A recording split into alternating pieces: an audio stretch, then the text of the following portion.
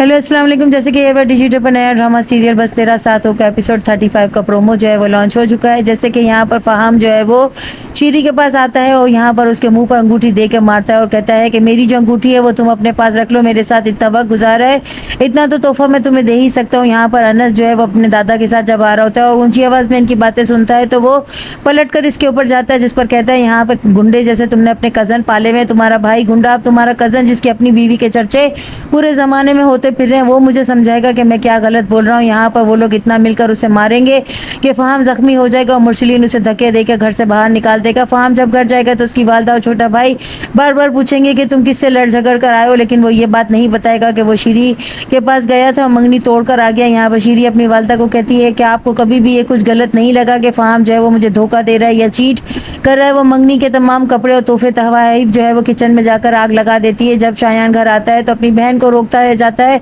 अनस भी उसे जोरदार थप्पड़ मारता है। अनस की ये अटैचमेंट देखकर जो है शीरी को अब अपनी गलती का एहसास हो रहा है कि दादाजी ने तो उसके लिए अनस का इंतखाब किया था जो कि इज्जतदार गैरतमंद है, लेकिन यहाँ पर उसने फहाम जैसे आवारा इंसान का इंतखाब किया। यहाँ पर शायान को जब पता चलेगा तो वो फहाम के पास जाकर उसे खूब मारेगा, जिस पर उसका भाई और उसकी वालदा जो है वो कहेंगे कि तुम ये क्यों गुंडागर्दी यहाँ पर कर रहे हो। जब उसकी वालदा को पता चलेगा कि वो मंगनी तोड़ आया और उसकी बहन पर उसने इस तरह से इल्जामात लगाए हैं तो वो बहुत बुरा मानेंगी। वो ज्यादा बोलने नहीं देगा, लेकिन शायान जो है ये बात कहेगा कि तेरी हिम्मत कैसे हुई कि तू मेरी बहन को दुबई लेके जा रहा था। जब वो उसके कान में आके कहता है कि मैं तो उसे बहुत गिरा वही समझता था, लेकिन तुम्हारी बहन के नसीब अच्छे थे कि वो बच गई है मेरे हाथों से। यहाँ पर अनस किसी स्टोर में जॉब कर रहा होता है और उसका वाकिफकार जब वहाँ पर आता है तो उसे कहता है तुम इतने पढ़े लिखे हो, तुम्हें स्टोर में जॉब करने की क्या ज़रूरत है। भाई और भाभी जो है वो धोखे से जो है वो प्रॉपर्टी के कागजात के साथ साथ जो है उसे तमाम उसके घर का हिस्सा भी अपने नाम करवाना चाहते थे, लेकिन हंसा जो है वो बहुत पक्की खिलाड़ी निकली। वो जब ये पेपर्स देखती है तो फाड़ के फेंक देती है और अब उसके घर में बराबर के हिस्सेदार भी है।